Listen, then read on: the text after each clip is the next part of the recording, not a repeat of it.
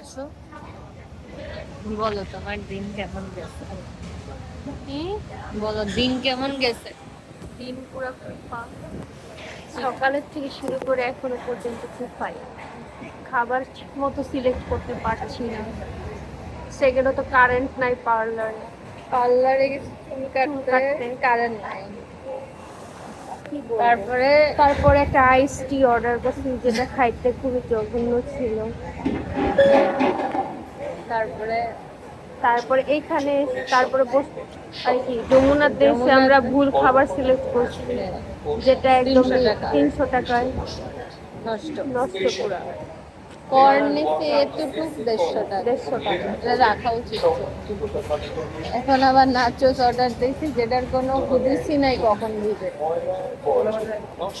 Token নিয়ে বসে আছি।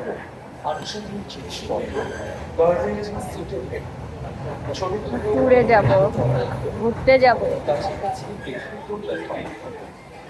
একটা ট্রানজিশন দামি এখান থেকে এবং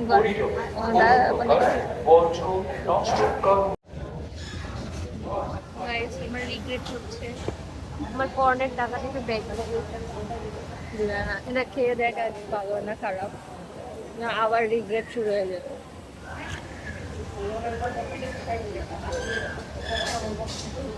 ভাই নাচোস চামচ দিয়ে কেমন খায়? যাই না দিতে যাবো তাহলে।